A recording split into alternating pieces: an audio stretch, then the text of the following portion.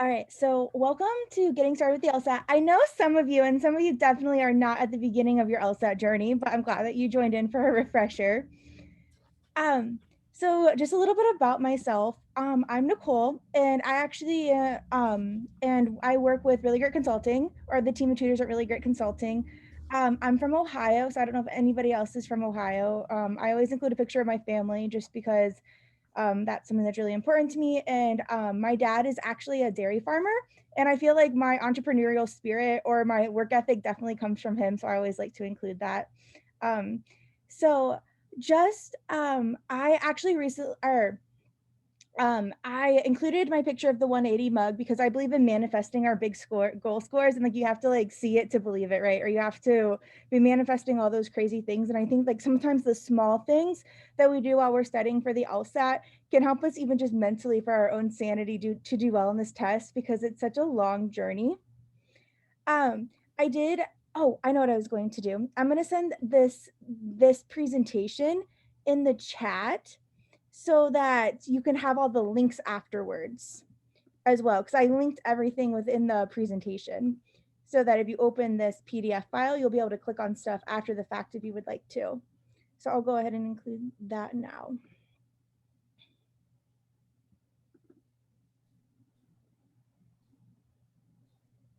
And Nicole, let them know where they can get the mug. Oh yeah, I'm like, yeah, I do sell the mug. I should say that. So you can totally get your 180 mug. I designed it mainly for myself, and I have 180 socks that I wore on my test day when I scored a 175. I think the socks. So just some free resources that we provide. So this beginning part, I had to like just say what we offer, and then we'll get into the content. You can, but the free resources is our website blog. So even some of the things I talk about, I'll include links. You can always go to our blog and see drills or articles we've written. And then we do have a Facebook group, which is more informal. But then our YouTube channel and Instagram, our YouTube, we have free videos that you can watch. And then our Instagram, we share a lot of tips that you can interact with us. I work with an amazing group of tutors. All of us are really passionate about helping students, and we try to find that great balance between being able to put ourselves through law school and be able to provide affordable resources that you feel like you're getting every dollar's worth whenever you work with one of us. If you do feel like you're interested in one-on-one tutoring, you are totally welcome to schedule a free consult with any of us. If you have any questions about this, you can ask us at the end. And we do offer courses. Oh, I meant to put a meme in here, but so I'll talk more about this at the end. If you like my teaching style, or you're like, oh yeah, that's something I could learn from, ask me about it. We do have another bootcamp course, a live one starting on Tuesday, which Giovanna and Sabrina are in the class. But we also have video courses too, which we can talk about what some of those entail and then all of the resources that those include. All right, so I do love having an interactive audience, and I know I started without my video on. You totally are welcome to keep your video off, but if for some reason you have the confidence to turn your video on, please do so, because I think it just gives this more of a community feel, and I can then see people's reactions and kind of judge the class. And I love being able to call on people and letting it be a safe environment where we can ask questions and really be interactive, because I think whenever we're interactive, we tend to learn more. I love being able to call on students. I think it helps the class move faster. And so if you do not want to be called on at all, go ahead and just say in the chat, I don't want to be called on. And if you don't do that, I will randomly just be like, Giovanna, tell me about this, or Taylor, tell me about this, just because I really like to get your feedback. I have a chat, let's see. Okay, so yes, and we will have a recording of the Zoom. The other thing I wanted to point out is at the bottom, if you go to reactions, there is a hand raising tool. If you ever have a question, you're totally welcome to raise that hand and I'll call on you. Or you can like interrupt me if I see you and you like are like, hey, I have something. I would totally feel free to jump in. I want this to be pretty casual so you can ask any questions. The outline that I have for our class today is just like the core basics of excelling at LR, the things that I wish I knew when I was starting out studying. I feel like the first 3 to 4 months of my studying was a complete waste, maybe not a complete waste of time, but it definitely wasn't efficient. I really want to talk about like parts of an argument, the difference between inferences versus flaws, how we should at least like identify questions and question types and why that's important, the importance of conditional statements, maybe as our studying plan, and then a brief overview of best practices for reviewing missed questions. This will be very big picture and broad, just so you can kind of see, okay, this is kind of what that process can look like. But before I dive in, if anybody has any specific questions they're wanting to have answered, you can go ahead and you can put these in the chat so I can keep track of them. So I can either, so I know that if it fits well into one of these categories, I can talk about it then, or if not, I'll make sure to add it at the end as well. So if there's any questions about the LR or just the LSAT in general that you have, go ahead and put that in the chat.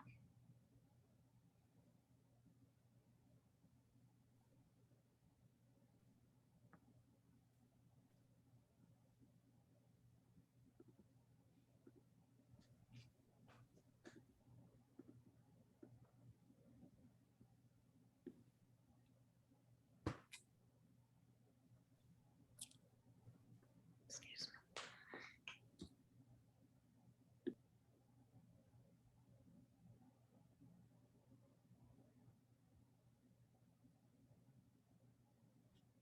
All right, no specific questions. All right, so let's go ahead and get started. Okay, so big picture, I use a lot of memes. I try to use humor to make the LR more fun. It's how I survived, at least studying, at least like we can make fun of ourselves studying for this crazy thing. Explaining what the LSAT is like, I think this meme, like, do we ever feel like this sometimes where like we don't even know what we're getting at or what we're trying to do? What for people here, go ahead and if you want to share, just put yourself on mute. What has been the most surprising thing to you about the LSAT? Or what like where like you kind of had this preconceived thought and once you actually started studying, it wasn't actually what you expected. Has anybody been like kind of like caught off guard ever?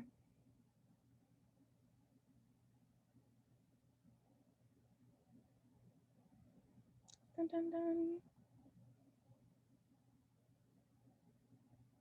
I think for me, what really caught me off guard was how much the study materials varied or people's opinions varied on how to handle things. Like I think I got very overwhelmed by, oh, there's not like one necessarily perfect or correct way to do anything. Or even if there is, like now I have opinions of what I think is best. Not everybody that is like, you know, a very popular tutor or a very top popular prep test company does things the same way.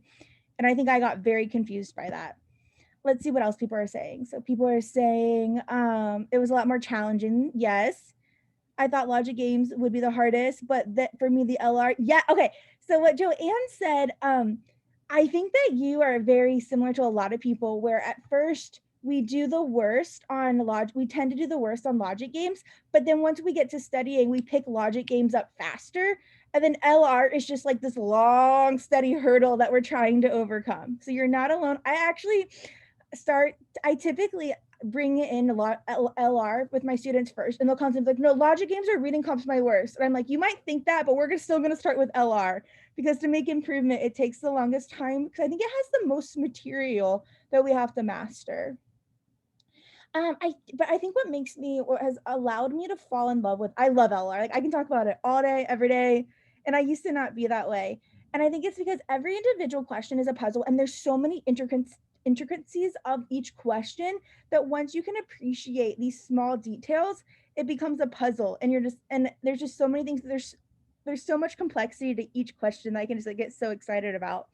But I think that LR is probably the section that prepares us the best for law school. I haven't gone to law school yet, so I can't like say that from experience. But from what I've heard, and I think it would make sense that LR definitely is going to prepare us the most for law school. One thing that I'm really appreciative about the LSAT is I think it's made me a significantly better reader and it's helped me build my study skills so that when I go to law school, I have healthy study habits already in place because I was not a great studier when I started with the LSAT. The other thing is when we talk about big picture is we have to have a plan in place when we're studying, but also we have to be in the right frame of mind. And I think that a lot of times we start studying for the LSAT, we have this goal score, we have our own timeline, we have what goal we want to get, and we think that if we just work harder, it's just going to happen. We can like if I study 15 hours a day for 3 months, I'm going to get this score. And unfortunately, like a lot of us are type A or a lot of us are perfectionists and we are used to working really hard. And then when we don't see the results that we want as quickly as we want, we get really frustrated. The biggest attitude change that I had to have when studying for the LSAT was one that it's going to take longer than what I expected. But I told myself every hour that I studied, if I got a full ride, was worth $250. So that was motivating. And the other thing was I started viewing the LSAT as an opportunity rather than a hindrance. I think it's really easy for us to hate this test because a lot of us feel like this is the one thing that's holding us back from law school.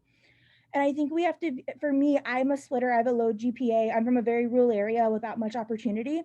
Um, and I think that once I realized that the LSAT actually gave me an opportunity to get into schools that I never even could dream of, it really changed my perspective of like, wow, this actually could open doors rather than keep it closed. And that was really a really healthy, I think, attitude change that I had that made me like start viewing it as a challenge and rather than, oh, like I'm just gonna like check this off and get it done. And then the last big picture thing I wanted to share was because I don't really know where else to put this in the presentation, is we have to stop getting mad at the test and mad at the answer choices. I think the sooner that we accept that the right answer is right and we were wrong, the sooner we can learn from it. I like battled for a long time just thinking the right answer was dumb. And there are some questions that I take that back. I think that like if I think there's a difference when I think every single answer choice is wrong, but whenever we think that we're right or this other answer choice is right, that actually isn't true. And I think the sooner that we accept that our answer was wrong and there's reasoning behind it, the better we can actually learn and move on. Like we just have to let that guard down. And I see so many people that just fight that, and I think it really hinders them. And I think it's like a humbling experience, to be honest, where it's like, okay, I was wrong, because a lot of us aren't used to being wrong all the time. Okay, so other big picture, we're really big on using week on a page, like we call it a week on a page template. It does not actually have to be this template, but we do really we work with a lot, we actually work with 90% females, and we work with a lot of moms, which I'm really proud of, and like I think there's actually a niche market for that. But a lot of people need to truly put on their calendar when they're planning to study this week for two reasons. One, to hold yourself accountable, but also to share with people in your family so that they take your studying seriously as well. I have a lot of family responsibilities, and I think that people would view my studying as like almost like office hours, where it's like, yeah, Nicole's studying, but she can do something else during this time if we ask her to. And so one of the biggest tips we say is like, if you have people in your family, or if you use sitters or babysitters, or if you have a partner, really blocking it off the week in advance and giving the schedule to them so that they really like, they respect it as much as they would if you were at work, right? It's like, okay, unless it's an emergency, I'm putting my phone on airplane mode right now, and I'm not going to answer for these 2 hours, these 5 days a week. Does anybody really plan out their scheduling for they're studying for the week already? And have they seen any like success with that, or improvement with that, or help by doing that? Sabrina, okay, so Sabrina, what's been your experience with that? Sorry, when I did the boot camp the first time that Nicole was referring to earlier, I planned out each day what homework I was going to do. And I did the week on the page a few times. Just I like being organized in that sense of like I wake up and I know what I have to do with this day. I've fallen off of it a little bit now that I've gone back to work with lockdown ending here in Canada, but I liked it. I want to get back into it. I just found it easier to like it almost gave me more of a sense of accomplishment too. Like I did well today because I got everything done, especially when it came to my studying. I love that. Giovanna, did you do a week on a page very often? Oh, you're on mute. I will this time around, Nicole. I'm gonna do that. Maybe it will be helpful. Yeah, I started it, but I think at the beginning, and I never did go back. Remember, we were having problems actually getting on or something, and I never went back.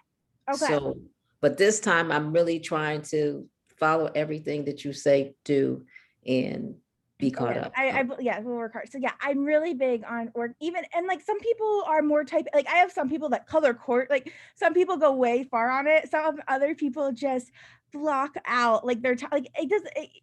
This is to be a tool, not a hindrance, right? And like depending on what level of detail you like is totally fine. Like you don't have to like some people's are like the most impressive thing I've ever, like some people then put their whole week, they're like making dinner, kids bedtime, grocery shopping, errand, like because like it's hard, especially when you're a parent. I mean, I know people that aren't parents have it hard as well, but when you have a lot of things that you're trying to maneuver, it's difficult. And then you're like all of a sudden like I don't know where the or all the time went. Oh no, I copied the wrong meme here. This is supposed to say timing is not your issue. Change my mind. Because the number one complaint that I get about the LSAT is that if I just had more time, I would do great at it. Does anybody else feel that way? They're like, if I just had more time, I would be perfect. I would be golden. And unfortunately, like the not popular opinion is speed is actually not your issue, or timing is actually not your issue. This test is not supposed to be finished. Only if you're scoring 170 plus should you be finishing the test. The goal is for everything that you do to get it right. You can get a 160 on this test, only getting 18 questions right per section. And a lot of people don't think about it in that way. And so if you're but your accuracy has to be there. And so that's why we have to slow down and learn the intricacies of these tests and these sections, so that if you get to 18 or 20 questions, you're getting, 17, 18 correct. I have recently taken the LSAT again to beat my score, but I had originally had a 171 and I only did 3 reading passages because I was accurate. And so that means that I probably went nearly perfect in logic games and LR, and I probably missed 5 to 6 in reading comp because I guessed on the whole 4th passage because I didn't have the speed to do all 4 reading comp passages. And so I think that most people, I don't think, can count on getting a 1.7 only doing 3 reading. I think that but if your goal score is around 160, you do not need to be doing all 4 reading comp passages or by any means. And oftentimes the reason that we feel like we don't have enough time on this test is because there's clearly a lot that we don't know. Like if we're not as we learn more and we learn these question approaches and we become stronger readers and we get better at eliminating wrong answer choices and making predictions and doing all of the small things consistently right, that's where our speed's going to come from. It's not, we can't just try to go faster and faster. Like it's almost as if the faster we try to go, the more we're hurting ourselves. Does that make sense? And I know nobody wants to believe it, and everybody wants the quick fix, and there is no quick fix to the LSAT. Like it's hard work and it's dedication, and if you do it, you will succeed. Sabrina, I think you're a good option of like, how has your speed changed? So I'm going to call on Sabrina and Giovanna a lot just because I know them and I kind of know their backgrounds. I know that you're someone that has slowed down to get faster. Yeah, I liked the strategy that we did where it was like, take the test, like time it for 35 minutes on Law Hub, take it, and then keep going and like until you're done. Just make sure you feel confident on those answers and then see where you ended. So like I think my first one was like 41 minutes or something like that. I feel like as I slowed down more, my time cut and I was getting closer to 35, but my number was also increasing. So it was just, I think it was, when you first started studying, what was your or boot camp, what was your LR score when you first attempted an LR section? For at the beginning of boot camp, it was 13 out of 25. And now what's the best you've gotten in a time section? 22. And that's in 5 weeks. Yeah. And now she's definitely on a high, not everybody has that much improvement, but people do have improvement of, was trying to finish sections and got 13 right out of 25, but she truly slowed down and learned the test, right? We have to learn the test. And so now we're going to kind of transition more specifically into LR, some of the core skills that I feel like people miss when they're learning the LR section. And so this is going to be a lot of repeat if people have watched some of my videos before. But one of the biggest things is on the LSAT, right, there's the logical reasoning section.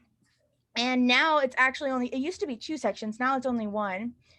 But there's a stimulus, right? So we call this a stimulus, and we have a question, and we have 5 answer choices.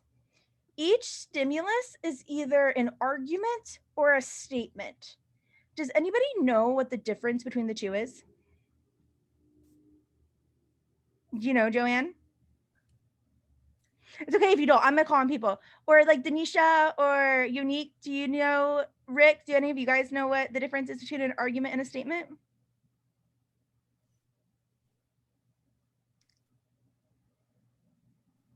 I think you came off of mute, Unique, but I can't hear you. Oh, she typed it. Okay. So an argument has a conclusion.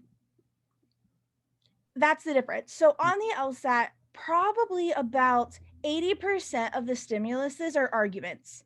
So that means that there's going to be premises and there's going to be a conclusion. And a conclusion is whenever the author gives us different premises or different supports, trying to argue for their conclusion. Where a statement is just a set of facts. And the reason that it's so important to differentiate between the two is on the LSAT, we assume that all premises are true.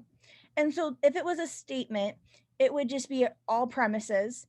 Technically, it would just be all facts. What makes a premise is the fact that it is a fact supporting the conclusion. Does that make sense?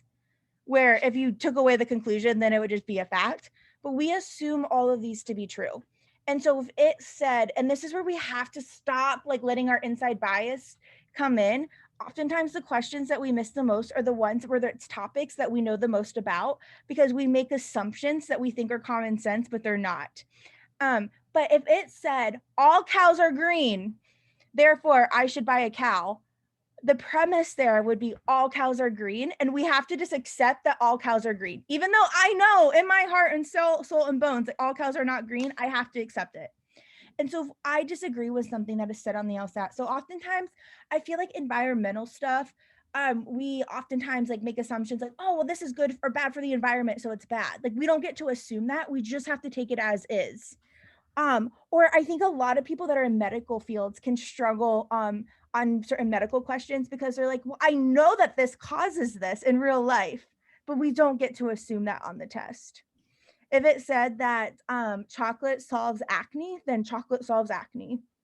Like, so then as we transition on then, oh, and I guess I have a drill here. So in the slides that I sent earlier, you can click on this and I have certain drills for everybody that you can do too. All right, so on the LSAT, we have different parts of an argument. And so this is, when we're talking about the argument, we're talking about the stimuluses that have a conclusion.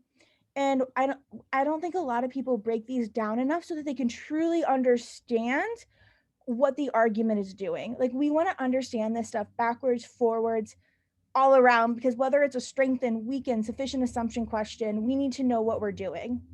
And so whenever we have an argument, we have, like I said earlier, we have premises that are trying to build up to support this conclusion. But there's different types of premises. And so I have it here what they are. And so, for example, sometimes on the LSAT we'll just be given background information. And this is just whenever the author is sharing something to set it up. So maybe it might be like in 1972, all people that lived in town A went to Hawaii. Like that's just a fact, right? Nobody can argue with that. They're just giving us some background information.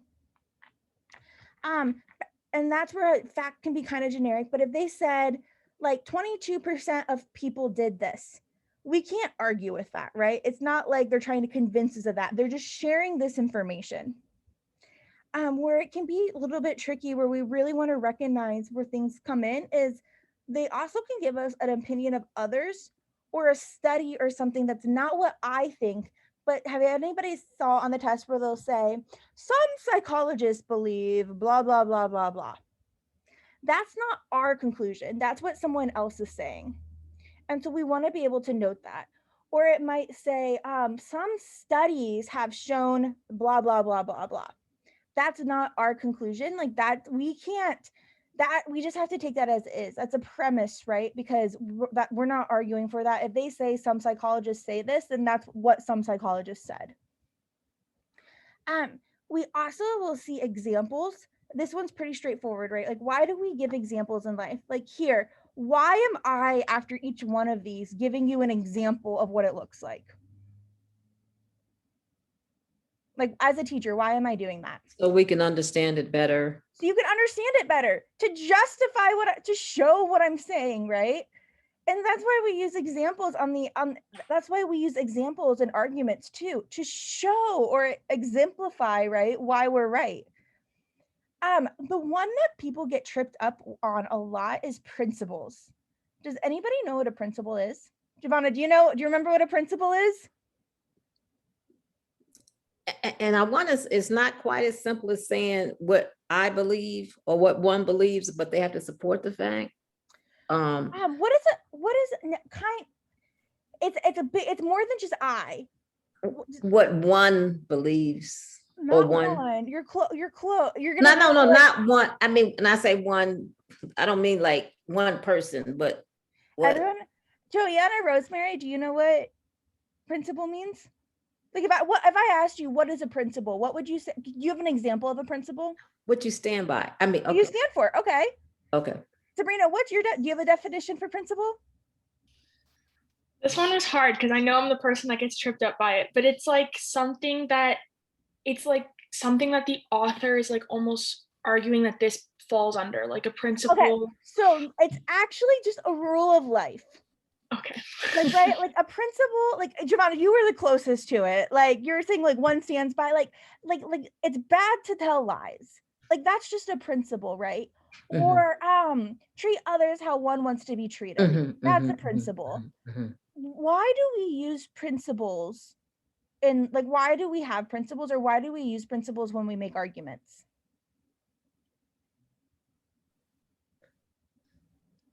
Like, yeah, why would we include one? To set sorry. Go ahead. No, you go ahead, Joanne. Like to set parameters or boundaries? Or to set parameters to justify something, right? If I said, the example I typically give is Joanne told a lie. It's wrong to tell lies. Therefore, Joanne is a bad friend. What is my conclusion there? I'll say it once more. Joanne told a lie. It's wrong to tell lies. Therefore, Joanne is a bad friend. You're saying basically that. Wait, what's my conclusion, Joanne? To be a bad friend, you need, if you tell lies, you're a bad friend. Well, my conclusion is just simply Joanne is a bad friend. Okay. Like, right? Therefore, what I'm trying to prove is Joanne's a bad friend. Mm-hmm. So my top part is Joanne told a lie. What part of the argument would Joanne told a lie be? Based on this so far? A premise. A premise. Well, yes. What kind of premise? Fact. What? Fact. Fact. Yeah. It's just can we argue with a fact that Joanne told a lie? No, like it happened, right? Like we're not trying to justify that. So then what part of the argument is it's wrong to tell a lie? Principle, yeah. It's a principle, right? So why do I use that principle? To justify my conclusion, right? Like that's why so many people on main conclusion questions, we pick the principle as the main conclusion because it's like they think it's like the overarching thing or it's the biggest picture thing, but the principle isn't what the author is trying to prove. Like I'm not trying to prove to you that it's wrong to tell a lie. Like no one's arguing that it's wrong to tell, like no one's disagreeing with that, right? Like that's just a principle. What I'm trying to prove to you is Joanne's a bad friend. Wow. I've done that all the time.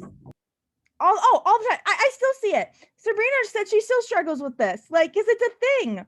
But that's why we have to go back on these main conclusion questions and ask ourselves, what is the author arguing for or trying to prove or claim to us? Where is their opinion coming in? My opinion coming in is Joanne's a bad friend. All right, so now what I would like everyone to do is write your own argument using a principle. So think of a principle that you think of in life, and I want you to write your own argument to try to like come to a conclusion. So like one principle might be, you can't have dessert until you eat your dinner, right? Like I feel like that, maybe that's not completely like a life principle, but I feel like that's kind of something typical parents say, right? Like you can't eat, or you can't have ice cream until you have your dinner. So like my 5-year-old didn't eat their dinner. You like everyone knows you can't have dessert unless you eat your dinner. Therefore, my 5-year-old is not having dessert. Like that would be an example. So go ahead and write these on your own, and then we're going to have some people share what they came up with. If you need help coming up with a principle, just Google common principles and you'll probably get one. Like it's good to get things wrong because that's how we learn, right? And people will, unfortunately, like you can be the scapegoat that people get to learn from your mistakes because we all have mistakes and it's just important. So, Joanne, what do you have?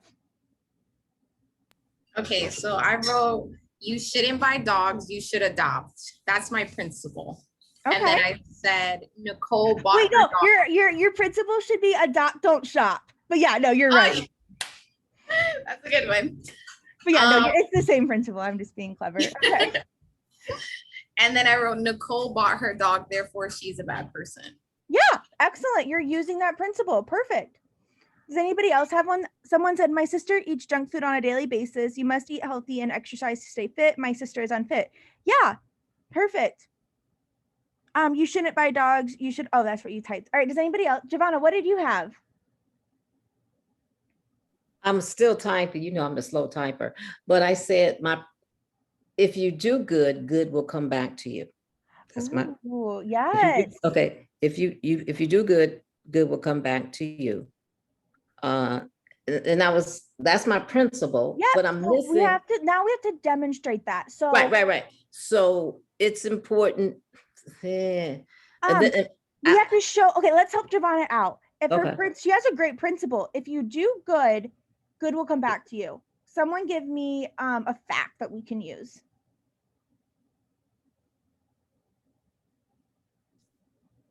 How about this? I'll say, Sabrina visits the elderly every Saturday morning. Therefore, it's important to treat everybody right. No, let's go back to your principle. Your principle is if you do good, good will come back to you. Sabrina visits the elderly every Saturday morning. Therefore, she does good. We already know she does good. What do we need? Our principle is if you do good, good will come back to you. Therefore, good come back to her? Yeah, therefore good things are coming to Sabrina. Oh, wow. Do we see that? Do we all see how that works? No, that's why I'm back here a second time, but it's making more sense. Yeah. Okay, Sabrina, what was your what did you come up with? Okay, mine might not be perfect, but Shrek values money over his friends. But everyone knows money doesn't make you happy. Therefore, Shrek has bad character. Yeah. I mean, it's a very flawed argument, but yeah, to the point. Eating meat makes one a bad person. Vegetarians do not eat meat. Vegetarians are not bad people. Yeah, Unique. Or you could say,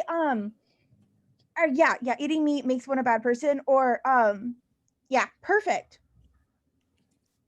Okay, so now we're going to talk about another part of the argument, which is called a concession. Has anybody heard of the word concession or concede?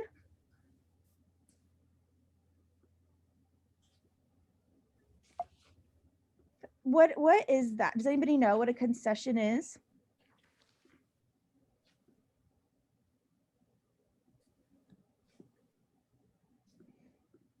All right, so I'm going to give you an example of one. Oh. And I want you to think from the example if you can come up with what I did here. Let me think. Although it's really hot outside, I'm not going to turn my air conditioning on because it's really expensive. The concession there is although it's really hot outside. What do you think that is? Go ahead and type in the chat what you think a concession is based on that example. If it's although it's really hot outside.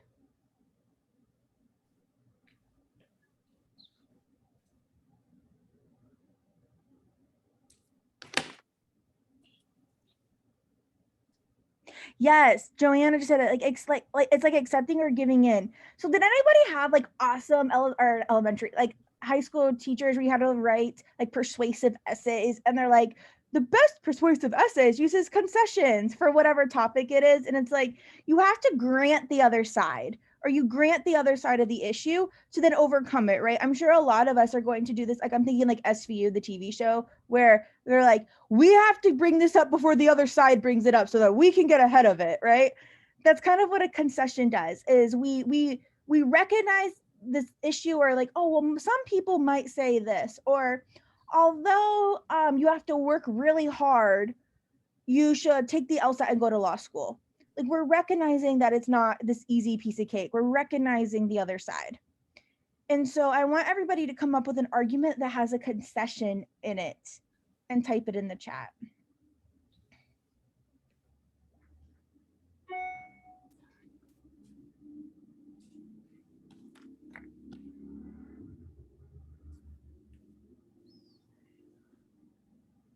And I just want to clarify something. Giovanna, you said giving into others' opinions.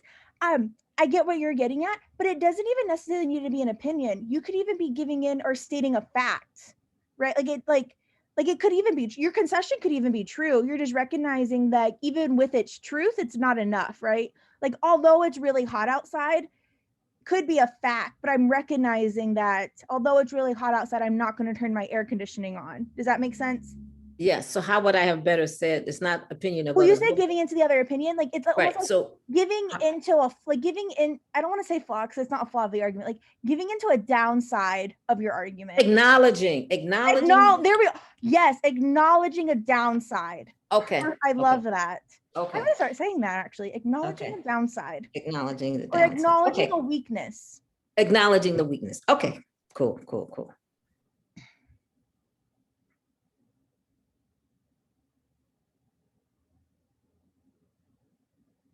Oh, okay, Rick, yours is really good. I think that to make yours a little bit better, like to actually have a true concession, you would say something like, fried foods, or although fried foods taste really good, in order to, for Jane to reach weight loss goals, she must give them up. Type of thing, because you have to actually recognize like the weak, like because like right now we don't know. I mean I know because I like fried food, but right now in your argument we don't know that there's a downside to giving up fried foods. Does that make, I hope that makes sense, Rick? But you were on the right track completely. Oh, here we go. How do you, I also wish if you would like to pronounce your name, is it Tayasha or Tayesha? If you want to correct me on how to pronounce your name, please do. But you have an excellent one. Although working out makes me tired, I will continue to do so to stay fit. Perfect example. All right. And then last, it's Tiasha. Sorry, I'm so bad with names. Like I own it and I will do better. Tiasha. Okay, awesome. Okay. So does anybody struggle with subsidiary conclusions versus main conclusions? And you're like, I don't know how to tell the difference between the two. Then they're done that. Still, so we have so one of the tricky things on the LSAT is sometimes we have longer arguments, and sometimes we'll have like two premises that together support a conclusion, but then we'll add like some more stuff and we'll come to another conclusion. It might not necessarily be in this order, but what happens is sometimes we come to what we call a subsidiary conclusion, and then in turn we use more support to come to a main conclusion. And so an example of this might be, let's say it's hot outside. Therefore, I should do something to cool off. There's an ice cream truck over there. Therefore, I should get ice cream. So here, one of my premises is it's hot outside. And then I say, therefore, and I use that premise to support my conclusion that I should cool off, right? But then I take this conclusion here and I add it to the premise that there's an ice cream truck. And then I use that together to get to my main conclusion that therefore I should get ice cream. Does that make sense so far? And the way that I could test this is so I'm like, okay, I know I have, and they're like, but it says it's hot outside, therefore I should cool off. There's an indicator word. How is that not the main conclusion? That's why we can't fall for just indicator words. So how we test this is what we call the because test. And parts of an argument, one random thing to memorize is because, for, and since all introduce premises, just so you know. I'm running out of blank space on my page. But so because I know that this is going to be the premise over here, but I could say I should get ice cream because I need to cool off. That makes sense, right? If I said that as a sentence, where how would it sound if I said I should cool off because I will get ice cream? Does that make sense? I need to cool off because I should get ice cream? No, it doesn't make sense. But does I should get ice cream because I need to cool off? Does that make sense? So we're saying our conclusion because of this reason. And that's how we can determine between subsidiary conclusions and main conclusions. Does that make sense? Fabulous. They're tricky. I have a drill. I have a main conclusion, subsidiary conclusion on our blog too that you all can do as well. All right. So now we're going to go ahead and attempt a question.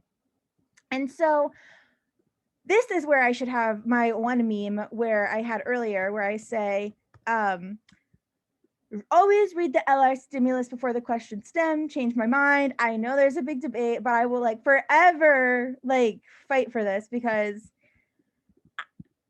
I just, there's people, the reason people read the question stem first is because they're looking for a trick or a tip to like get faster and like, oh, I have to get faster. I have to know what I'm looking for. But what happens is when we know what we're looking for, we're looking to answer the question and we're not reading the stimulus to understand. And maybe you like there's like you know LR Hulks in the room or LR Superman in the room, but or Superwoman, but I am not one where I cannot be looking for something at the same time as understanding some of these stimuluses. They're too hard. They're too complicated where I have to take my time to understand the stimulus. And so we want to always read the stimulus first. And we even get to go slower to make sure that we really understand it. And so I'm going to give you an example of how I read a stimulus on the test. I call it the pause and reflect. And that's because I read faster than my brain can go sometimes. And this is where we slow down to get faster. When Sabrina talked about this, like you do become a faster reader and you get better at translating sentences. But I want to make sure that I truly understand what's being said. So that, does anybody like right now, like rush through the stimulus, read the question, read the answer choice, have no idea, then go up and read the stimulus again? Everybody. And how much like I would rather, instead of like doing that and having to reread, I would rather take 20 more seconds on the stimulus the first time and not have to go back and do it a million times. And so here's my example of translating it. So we say here, Adobe is an ideal material for building in desert environments. I stop, pause, and reflect. I'm like, okay, cool. So this is a good thing for this. Awesome. I want to fill in what it is. So Adobe conducts heat very slowly. I'm like, okay. As a result, a house built of Adobe retains the warmth of the desert sun during the cool evenings and then remains cool during the day, the heat of the day. I even am going to stop here, even though it's only a comma, and just think about this. I want to actually picture it in my head. I'm like, okay, it conducts heat very slowly. And because it conducts heat very slowly, it retains, okay, I'm like, oh, and I'm thinking, oh, that makes sense. Like it's keeping it inside. Cool. Thereby helping to maintain a pleasant temperature. I'm like, oh, well, that's nice. In contrast, I'm like, oh, point of contention here. Houses built for other commonly used building materials,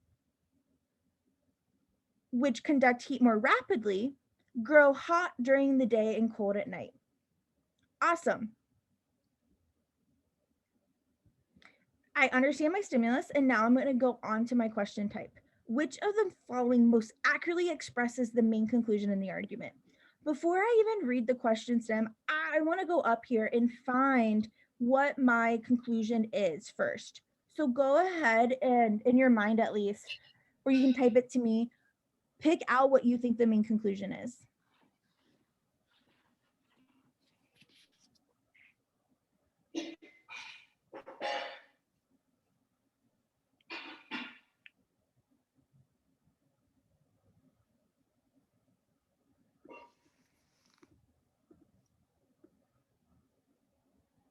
Are we supposed to type it in or what? Yeah, you can. Yep, if you want. I mean, is that what you want? Yeah, actually, Giovanna, I want you just to tell me what it is. What is our main conclusion here? Oh boy. What is this? And I'm gonna say, so we have main conclusion, right? This is where our teachers failed us growing up. At least mine did. They probably were doing it for the right reasons. Now, hopefully by now, I hope Adobe is an ideal material for building in desert environment. And okay, so growing up, I was always told that the like main point or main conclusion was like the summary statement of whatever I just read. But that is not true on the Lsat. The main point in the Lsat is what they're trying to claim or convince you of. So here, what is this person, which Giovanna already nailed it. What is this person trying to convince us of? This person is trying to convince us that Adobe is an ideal material for building desert environments. Mm-hmm. And we can see this by this first sentence here. It conducts, one reason why is it conducts heat very slowly. Cool. And because of that, it does this, thereby helping it. All of this here is support for why it's an ideal material, right? Mm-hmm. And then we show why this is ideal by contrasting it to something else and saying, see, this is bad over here. And so now that we have this is what we call a top-down question. And then we go into our answer choices and we want to find the sentence that most directly resembles that first sentence. So go ahead and read through these answer choices and put your answer in the chat.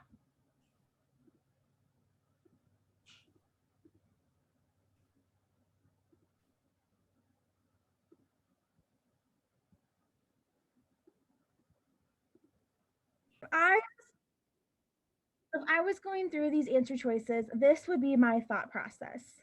So A says, Adobe is a suitable substitute for other building materials where the heat conduction properties of the structure are especially important. No, because this takes it too far, right? This almost like takes our conclusion and applies it. It lets us, it's a tricky, like, a tempting wrong answer, but it's making an assumption where ours is just saying that Adobe is ideal. We're not saying it's better than these other things. So I would cross A off.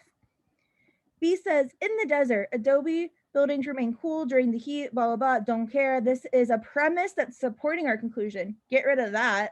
B, a C. C, because Adobe conducts heat very slowly, houses maintain a, like, nice, once again, support. And I even like because here, I'm like, premise, but because this is our support for why it's ideal. Mm-hmm. D says, ideally, a material used for building houses in the desert environment should enable those houses. That's applying it. It's too big picture, right? Our conclusion is not, oh, this generalization of, oh, this would be the most ideal, blah, blah, blah. Ours is Adobe is ideal. That's what I want.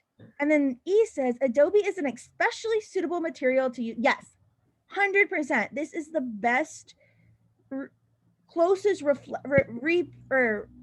re-saying or paraphrasing of what our conclusion was. And so hopefully by going slow, understanding it, making predictions, this is how eventually we're going to get faster at the test. Because was anybody like, oh, E, finally I'm confident, like you start feeling more confident in an answer, which is what we want. All right, so now let me clear this.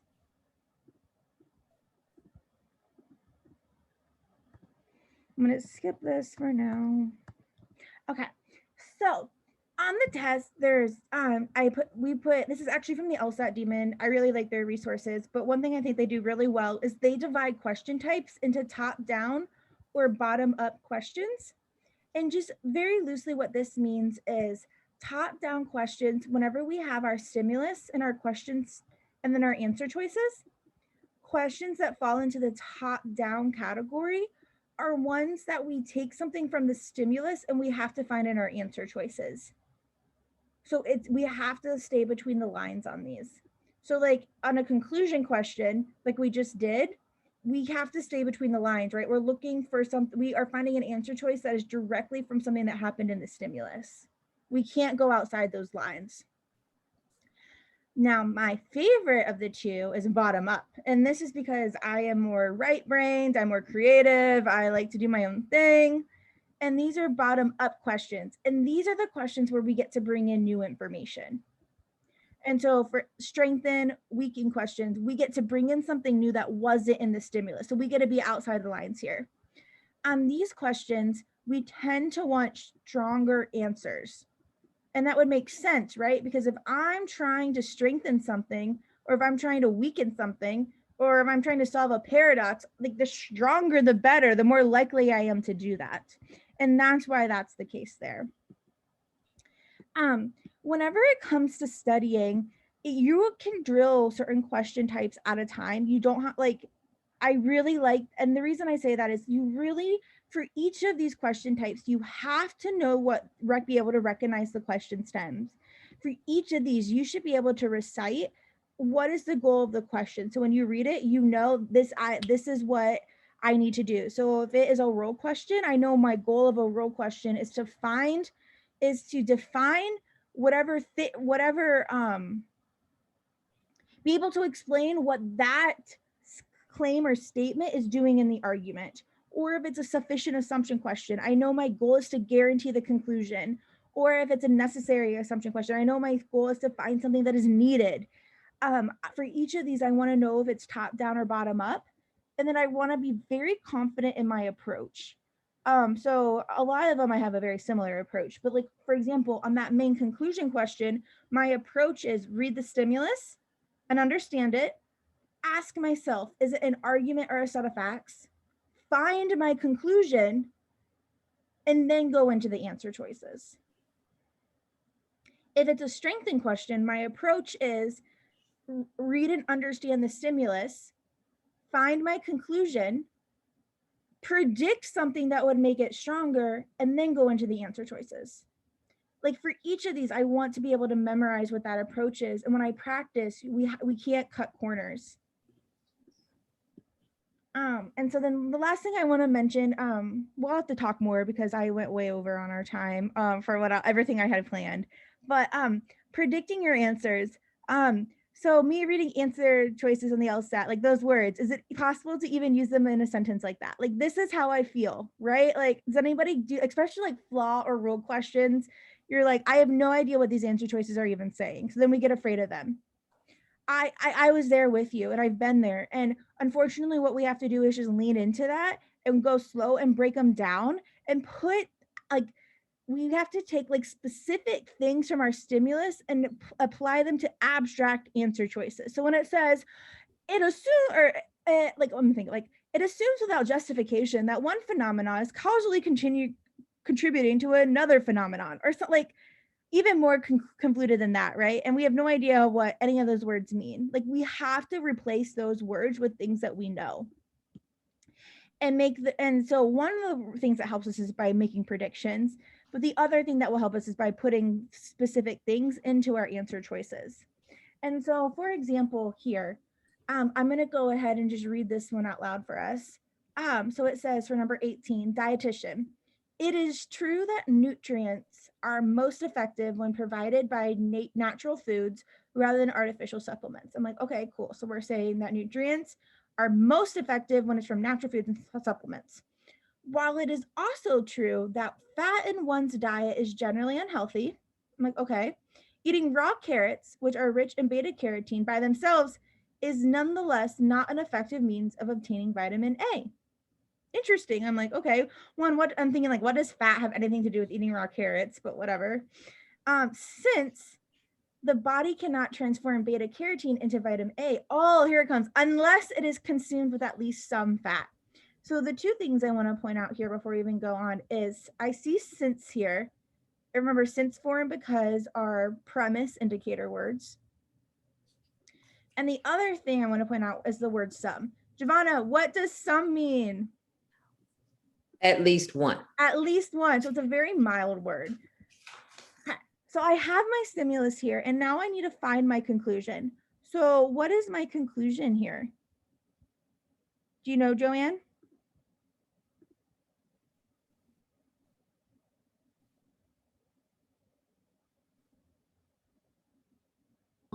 I think. What is this person trying to convince us of? Or what claim are they trying to make? I think they're trying to convince us that nutrients are most effective when provided by natural foods, but I also think that the conclusion has to include the word fat. Okay.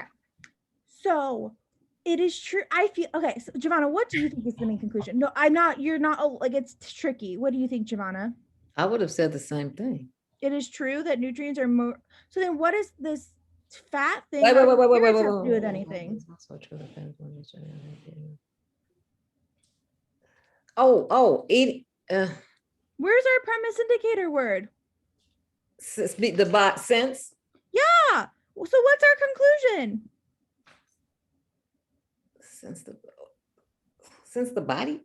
That's a premise, though. That's a premise. Yeah. Okay. So our conclusion here is eating raw carrots by themselves is nonetheless not an effective means of attaining vitamin A. Because the body cannot transform beta carotene into vitamin A. So then why do we include this here? Because that's a premise. I mean, it's a premise. It's just background information, right? Background. Okay. Yeah, like we're just saying this. Like we're saying, like this is just a fact. Like, hey, this is true. Like we're not denying that. But then we say, well, it's also true that fat in one's diet is unhealthy. We give our conclusion and then our support for that. So it's like we provide this to give clarification, right? So we aren't just like throwing out, because if we don't include this and someone just tells us eating raw carrots by themselves is not an effect, I'd be like, okay, cool, whatever. I don't understand why that's like interesting or unique. But when you tell me that it's like better to do it, you know, natural foods are typically better than artificial supplements. But then then you tell me about this fat thing. I see what they're trying to do. They're saying like, hey, this is true, but you have to know this. All right. So I got my conclusion. And so now I'm going to go on to the statement that fat in one's diet is generally unhealthy plays which of the following rules. So I want to find this in my argument. And so it's right here. And so now I want to make a loose prediction of what is the relationship between that claim or that part of a sentence and my conclusion. So think about kind of, for very basic terms, think about like, is it a premise or not? Or think about back to like our parts of an argument. Does it fit into one of those categories? So just kind of loosely think about that. So take 20 seconds to think about that.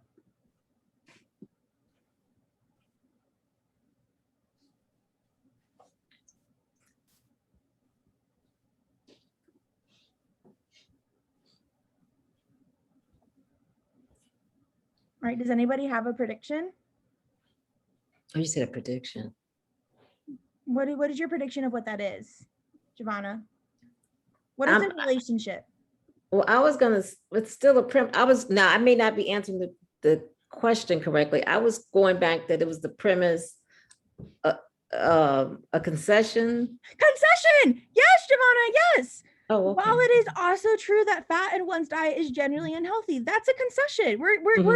We're giving into, we're admitting our weakness. Or what did you say? I already forgot what you said. That was so good. It's acknowledging the weakness. We're acknowledging that it's generally true that fat is unhealthy. However, in this situation, in order for it to work, you need some fat. Fabulous. All right, so now let's go on to our answer choices. So go ahead and read through these answer choices and put your answer in the chat of what you think is the correct answer.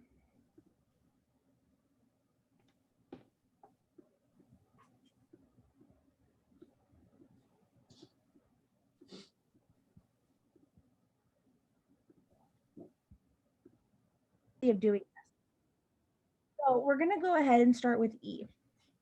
And so remember, our example is it's a concession. That's what we came up with. That was our prediction. And so this is a top-down question, so I know I have to stay between the lines and I can't go beyond it. And so E says, it is cited as a bad reason for adopting a dietary habit that the dietitian recommends. Okay, so the dietitian habit is that, you know, you take natural foods rather than artificial supplements. This is not a bad reason for adopting that, right? No, so E is a bad answer. D says it is attacked as inadequate evidence. So we're saying that this statement here is attacked. Is it attacked? I'm like, I don't think we ever attack it. So I already don't like this answer. For the claim that nutrients, it is attacked as inadequate evidence for the claim that nutrients are most effective when provided by natural foods rather than artificial. Like, no, this isn't even provided as evidence for this. Like, that's just a bad answer. A lot of people pick C, but it says it is mentioned as a generally accepted hypothesis that the dietitian attempts to undermine completely. Do we try to undermine completely that while it is also true that fat in one's diet is generally unhealthy? Think about how strong that is. Do we undermine it completely? No. So it can't be C. B says it is mentioned as the reason that is least often cited by those who recommend a dietary practice the dietitian disfavors. I don't even know. I'm like, what? Okay, do we talk about it being the least often cited by those who recommend? And does the dietitian disfavor this dietary practice? Like, do we disfavor the idea that like that nutrients are most effective when provided by natural foods rather than artificial supplements? I don't think the dietitian disfavors that. So it can't be that. But the A's tricky because it's not obvious unless you take the time to think about it. And so this says it is mentioned as a reason for adopting a dietary practice that the dietitian provides a reason for not carrying to the extreme. Yeah. And so this idea that it's true that one diet and one is generally unhealthy, we're not saying that we're citing it in order to say that like you shouldn't take it to the extreme, that you shouldn't consume fat, right? Like you still need some fat. And so can we see why A is the correct answer here? Mm-hmm. Excellent. All right. Javon, I think you had it right the first time. I did. All right. So that's all I have time today because I actually have a session with Monet coming up. I had more, but does anybody have any questions before I cut out? My email is Nicole@reallyGreatConsulting.com. As I said, I will send these resources once more in the chat, so you have the slides, so you have all the links. The slides from today? Yes. Oh. Okay. I know I don't normally do that, but I was prepared. Okay. So how do we get, you said, how do we get here? Hang on one second. Everyone, file, your computer.